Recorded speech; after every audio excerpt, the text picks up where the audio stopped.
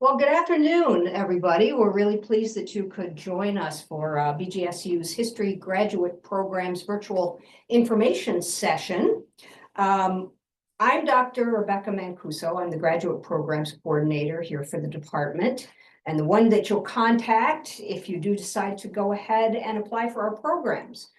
We also have here today Dr. Amílcar Challú. He is the chair of the history department, and he's going to be talking to you about what you can do with a history degree out there in the world. And then we also have Peter Limbert here. Peter's one of our current grad students working on a fantastic project, getting ready to graduate here, and he'll be talking with you about the grad student experience in the history department at BGSU. So thanks again for joining us. We're going to start with Dr. Challú, okay. And then I'll tell you about our grad programs, and then we'll save, Peter will talk a little bit, and we'll save some time for questions. Okay. Okay. Well, welcome everybody. Yes, my name is Amílcar Challú. I'm also known as the guy with the funny name. But I'm originally from Argentina, have been in the United States since 1999 and Bowling Green since 2006, I believe, or 5. I work on Latin American history, economic history, environmental history, and a lot of my work on environmental history is local public history. So I've been working with graduate students like Peter, not exactly Peter, he's not in one of the projects, but with graduate students. Oh yeah, you were in the Eclipse project. Yes. With graduate students actually working on projects for the public, right? So I'm sure that everybody knows our Eclipse in History podcast, a big success that went viral. Last spring, we did a history of eclipses in North America. And I invite you, everybody, to take a look at it. It's bgsu.edu/eclipsinghistory. But even the way I like to promote it is go to your favorite podcast platform, search for Eclipsing History. And we are on Apple Podcasts, Spotify. I think the only one we're missing is Amazon, but anything else, we are there. And that's, I think, a terrific example of what we do here in BGSU in our graduate program. Anyway, the general topic I have is a little bit why history, right? And typically you mention I'm studying history, or I want to study history, or I want to pursue even a graduate degree in history, and people will look at, oh, what can you do with that, right? Well, the thing is, you have to think about it kind of as a stem cell. You can do everything you want. And that's where we have our graduates. They are all over the place. And there in the slide, you can see a list of recent graduates. Mostly we singled out placement in cultural organizations, museums, historical societies, but we also have students working in the House of Representatives, government, in legal stuff, in nonprofit organizations, a wide range of placement that we have. And of course, also we have people who have pursued a PhD program as well. However, I mean, we typically make this comment is, it's just one of the many career paths to do a PhD in history or to be a history teacher. Again, our experience maps with the saying that history is everything. And we find also that placement in museums and cultural organizations is increasing, and archives as well. And there's a trend to become more professionalized. So they are looking for people with a graduate degree in history or in public history. I mean, our program is quite active in trying to leverage that connection of history for the public. And that would be my other point here, is that our program is designed from the ground up to give you all these opportunities for professional development so that you can take history everywhere. First, I mean, typically we accept the large majority of our students with assistantships for full-time students. And that teaching assistantship is a big professional experience, right? It's not only teaching, but also managing records, managing private information, managing like the very time-sensitive stuff. So that assistantship is truly part of the professionalization of your experience. But we also have like a very active internship program. And internships are a great way for you to connect, to learn the ropes. There's typically this perception that in the internship you're going to end up doing Xerox copies and photocopies of everything and doing like the stuff no one wants to do. That's not true. We select very carefully our placement so that it provides like a professional development opportunity for you, but also to the organization. And we see those internships really being integral to the training of students. And for that reason, it's part of our program, right? Yeah. Particularly our public history track. Final point I wanted to bring up, and I mentioned that I do economic history, so I kind of like some numbers here and there. I didn't bring the graphs because every time I bring graphs, people say those are so boring, and historians hate graphs, and I don't know why. I love graphs. But anyway, if I could show you the graph, look at my hands, right? You have like the average income here, right? And the average income of a history major, of a history alone, is there. It's on the average, a history student is making the same as, or equivalent to all other college graduates, number one. And all college graduates are doing way more than people without a college degree, way more, like big. I mean, there's a perception that college does not pay out. It's wrong, absolutely wrong. And we can see that in enrollment, people, particularly of a lower socioeconomic status, they are trying to get to college, right? And they are applying in greater, that's because they perceive what's true. It's that college pays off, right? So I said, history, any other college degree, well, I don't know how to do the level thing. Here we are, right? Comparable. Now, add to that a graduate degree. And then if this is history, it goes up there. And this is non-history. Why? History gives you like a very complete training.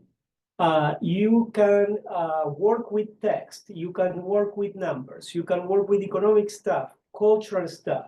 You communicate well, sometimes via papers, but sometimes giving presentations or posters or exhibits. All that are skills that are very well looked at. When you add a graduate degree to the history degree, boom, you get a bonus there. And history MA students earn more than the average population for sure. So from an economic point of view, it does make sense. Just I wanted to say that. It may not be like with any other occupation necessarily a smooth ride. We are not in the, I say this metaphor and probably doesn't work. Correct me, Peter, he's my down-to-earth guy here. But I equate that to being in a highway. History is not like being in a highway where you have a ramp and you exit straight into your occupation. That's more a degree like nursing or maybe advertising, marketing. You do something and then you have the off-ramp and you land in a job which you may not like, and you may end up doing history 10 years later. That's what we also see, or philosophy, or something else, or maybe no, maybe you have a very fulfilling professional life, and you like it. History is more like taking Route 6, which is a route that goes here, right? It's a little bit slower in a way. You have traffic, you have tracks, it's a better landscape, but you can get anywhere. Eventually, you need to get out of the highway. Not everything you want to do is a strip mall right off the highway, right? Think about history as a road. That's the way that I put it. And the graduate degree in particular, it's very well suited for a different career path. We do specialize primarily in public history, work in museums, cultural organizations, work in education, and we have a generalist track as well. What we find is that focusing on those two areas primarily helps with most other placements as well. And people have been taking a lot of benefit of that, and we have had great success. Anyway, I took more than the 5 minutes that I had assigned. That's what I always do.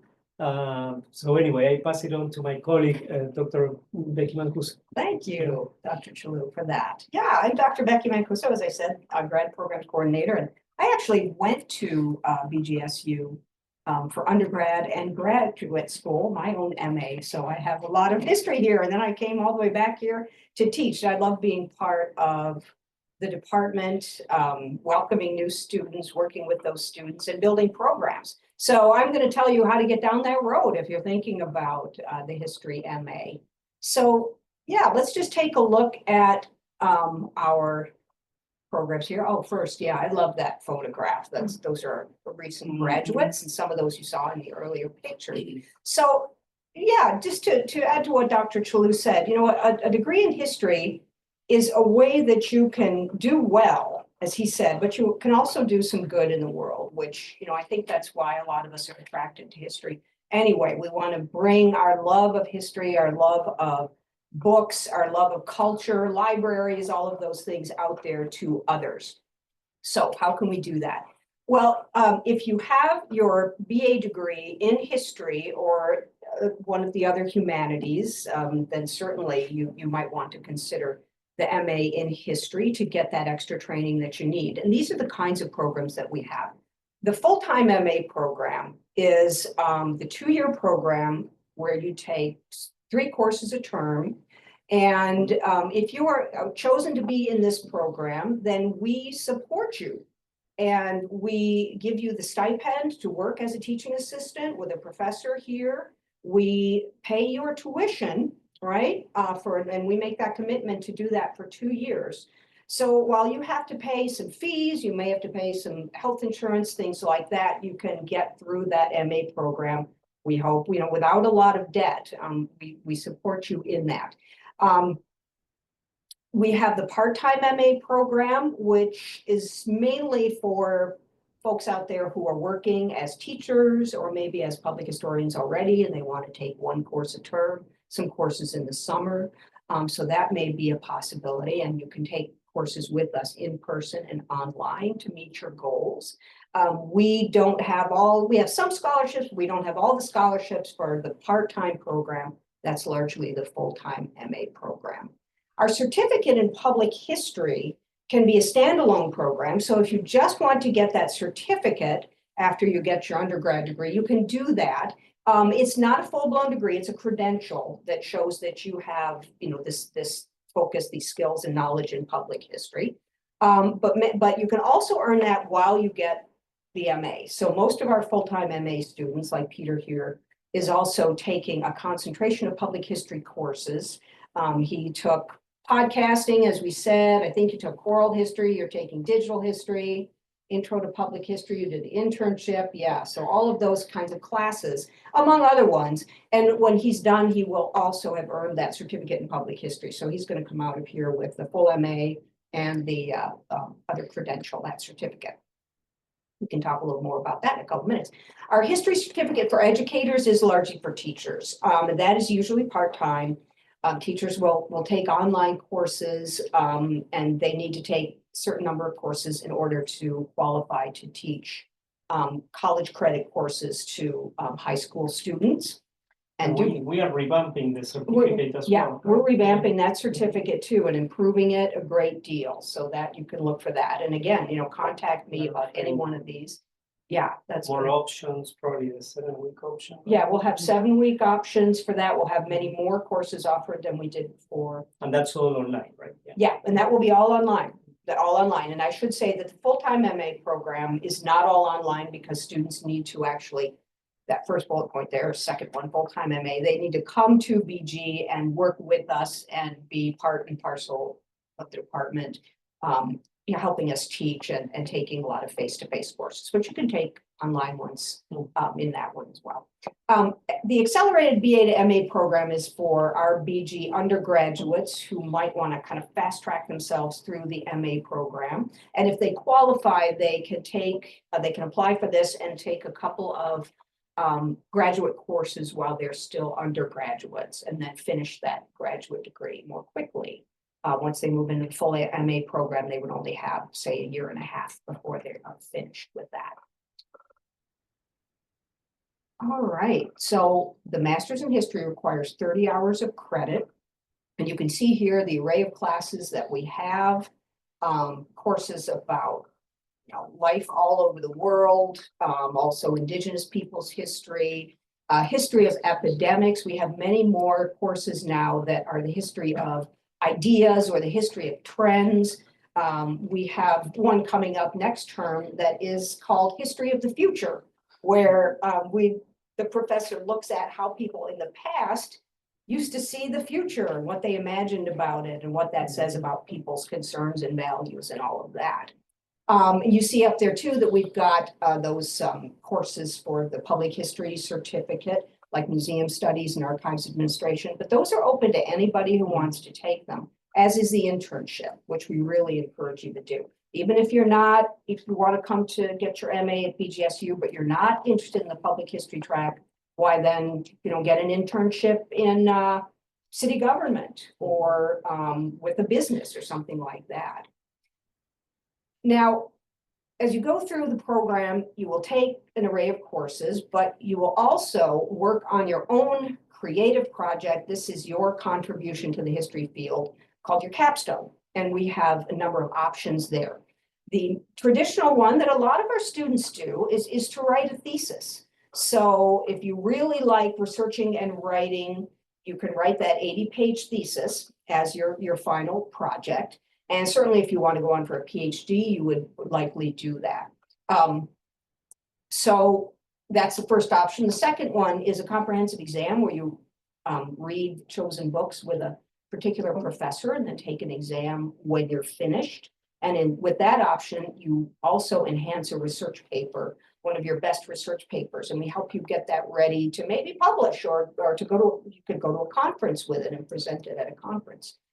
The third option then is the public history project, and that could be creating an exhibit plan. It could be doing curation work. It could be a walking tour. Peter has a digital project that's really exciting that he's going to talk about. But you work one-on-one with professors who will help you see that project through. Yeah, you want to jump in? Sure. Yeah, so with the polished paper and preparing a research paper that you present in conferences, we offer support to go to conferences as well. So, I mean, everything here is built to support your professional development. Right, right. We help you choose the right conferences. Sometimes I did this with a couple of my students, we just went to a conference in Massachusetts where they presented. And yeah, we provide some funding for that. So why don't I hand it over to Peter for a couple minutes to talk about grad student life, and you presented at conferences too. And yeah. So I'm Peter Limbert. I'm a second-year graduate student here. I'm in the public history track. So I'm doing a capstone instead of a thesis, but I know a bunch of my lovely colleagues are doing wonderful theses, working on various projects, local and national scope. I do a lot of basically a jack of all trades, if you can call it that. I work in different types of museums, libraries, things like that. I work at the Rutherford Hayes Presidential Library as a historic interpreter part-time, and then I'm also doing a long-term internship with the National Museum of the Great Lakes up in Toledo. That's what I'm doing my capstone with. designing digital museum spaces and exhibitions for their expansion that's coming up. And that was very much, I just sent out an email to a list of different museums saying, you want an intern? They picked up the phone first and offered me a really good deal on that. So that was really exciting. It's on Great Lakes crime and folklore and that kind of thing. Right? Yeah, trying to teach the general public that you can do true crime kind of subjects, but from an academic perspective, and you can do it with academic disciplines and things like that. So that's exciting. You make them boring. Oh, well, I like to think not. I had a meeting with my supervisor this morning. She said it wasn't boring, so. We work a lot on that. It's like, I mean, in some ways, we need to retrain our way of writing and communicating because, yes, we prize a lot like the academic rigor and precision of the language, but then we find out, okay, we have to say this in 100 words, right? Mhm. And what you want to leave the person thinking, the visitor thinking, is not so much to have a complete answer, but leave a point to think about. So I particularly Peter has like these eureka moments where he has been able to get us out of I would say the gridlock of how to write some things, and you have that gift. Yeah. Oh, thank you. You're also doing the right thing by really getting out there and working, volunteering with historic societies and museums, and that's really important for success in public history. Okay, good. Well, and I was gonna say, there are a lot of opportunities to do that in the Northwest, even just in Ohio. Mhm. I'm originally from Northwest Iowa, and there are basically zero opportunities to do this kind of thing, or at least more than one. So being able to go to a program that covers tuition, provides funding for conference attendance. I think I've been to like 5 conferences since I've been here. Yeah. Funded for almost everyone. Yeah, good. Yeah. It's a tremendous opportunity, and I make friends. So. Yeah, and why don't we bring that slide up again for us, Becky? Thank you. Yeah. We do have a great setup here in the department. We have a graduate student lounge, and graduate students can use a lot of our resources here in the department. We talked about the internship program. You were active in Phi Alpha Theta, where you came from, and you have been here as well, right? So it's a really active group of students, very inclusive group. All right, well, let's go to our last slide. Since we only have about 5 minutes left, I want to leave a little bit of time for questions. You can see here, and we're going to distribute this so that you can look at these links if you're thinking seriously about applying. You see my contact information there, so please do get a hold of me and just come and see the campus. I'll walk you around, and we'll talk about your own interests and concerns. Let me just go to that third bullet point really quickly. I haven't talked a lot about the application process, but basically you apply to the graduate college. All right, and then the graduate college takes in your documents and they pass them on to the department, and we look at them here and make that decision. But to the graduate college, you need to give your transcript, a statement of purpose, which if you have questions about, I can help you with that. We can talk about what a good statement of purpose should look like. You need 3 letters of recommendation from professors, ideally, okay? And then a CV, I think that's about it, the application form. And keep in mind, sometimes BGSU will allow you to apply for free. They will remove that application fee. So just visit the site now and then. I never know when it's going to happen. So, but it seems to happen in September and October a lot. So, but in any case, check that out. You don't need the GRE or anything like that to apply. So we do hope you consider it. Also, if someone has experience in a museum setting or as a volunteer, like the letter of recommendation can also be from someone in the museum, right? Yeah, someone in a museum, or if you're currently a teacher, or Yes, that would be certainly acceptable. It should be somebody who's so familiar with your work ethic, but also your writing and your day-to-day work. Okay. Well, thank you for your attention. Do we have any questions at this point? One. Public history certificate programs. We do not offer the public history programs online currently because they're so hands-on. Like you need to collaborate with others, you need to, work with material objects, things like that. So right now they're mainly face-to-face, but you can take anyone individually. If you're just really interested in seeing what archives are all about, take archives administration or the museology class on its own. And then if you think you might want to decide to enroll in the certificate, you can. And I can actually, if you're a BGSU student, I can usually enroll you in the certificate program so you don't have to pay any fees or really go through that application process because you're already a doctoral student. So I just drop your name in there. Can I say? Yeah. So we do offer classes online, typically one a semester, but we're going to increase them beginning next year. So some of those classes fit the online, the public history certificate. So in the spring, I'm going to be teaching a class on reading handwritten documents and how to organize them, interpret, and use artificial intelligence for that as well. So that's a class that's going to be online at this time. So, but typically, I think the other one class we taught online was museology. That was during COVID. Oh, during COVID, Yeah, okay. yeah, it was during COVID. But yeah, we so would like to 2020. offer more. Yeah, that's very 2020, but what we hope to offer more online. That's great that you are interested in digital history and you're doing, hypertext simulation of buying a home in 1960s. That's great. Yeah. Good. That's a great, Yeah, but Jillian, feel free to just email me and come by and we'll talk. I see another question on what kind of writing sample we need for the application. Yeah, the writing sample. Okay, of course. The writing sample is generally 10 pages or so. It can be a little bit more than that. So one of your best undergrad papers, and make sure you go through that and clean up any typos or anything like that. Check your citations. But something that shows that you can work at least with some primary sources and that you can, apply your knowledge of secondary sources to your analysis. But again, I'm here as a resource, so you can always come talk to me or contact me about the paper that you might want to submit. I'll take a look at that.